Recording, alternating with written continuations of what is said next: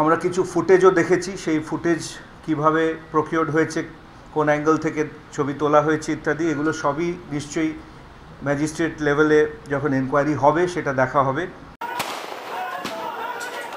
তেহট্টে গুলিচালনা কাণ্ডে সংবাদ মাধ্যমের ভূমিকা নিয়েই প্রশ্ন তুলল রাজ্য সরকার। কোথা থেকে কোন অ্যাঙ্গেলে ছবি তোলা হয়েছে প্রশ্ন তোলা হয়েছে তা নিয়ে। টেনে আনা হয়েছে ষড়যন্ত্র, অন্তর্ঘাতের তত্ত্ব। মহাকরণের স্বরাষ্ট্র সচিবের পর এদিন নেতাজি ইন্ডোরেও সংবাদ মাধ্যমের দিকে অভিযোগের আঙুল তোলেন মুখ্যমন্ত্রী। একটা পুজোকে কেন্দ্র করে যে ঘটনা ঘটেছে এটা দুর্ভাগ্যজনক ঘটনা, ঠিক নয়। ওটা পুজোকে কেন্দ্র করে শুধু নয়, দুটো গোষ্ঠীর ব্যাপার। কেউ কেউ এটা নিয়ে নানা রকম রং লাগানোর চেষ্টা করছেন। যারা রং লাগাচ্ছেন তাদের বলবো, ফাগুনের রং আলাদা আর রক্তের রং কিন্তু আলাদা, দাঙ্গার রং আলাদা। প্লিজ আগুন নিয়ে খেলবেন না। যারা এইসব নিয়ে টিভিতে ছবি দেখায় বলে রাজনীতি করার চেষ্টা করছেন তাদের বলি, দাঙ্গার রং নিয়ে রাজনীতি করার চেষ্টা করবেন না।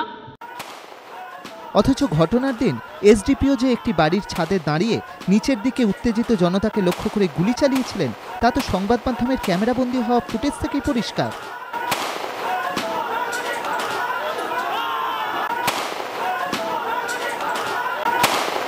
সেই ছবি যদি তোলা না হতো তাহলে কি তেহট্টকাণ্ডকেও উড়িয়ে দেওয়া হতো সাজানো ঘটনা বলে?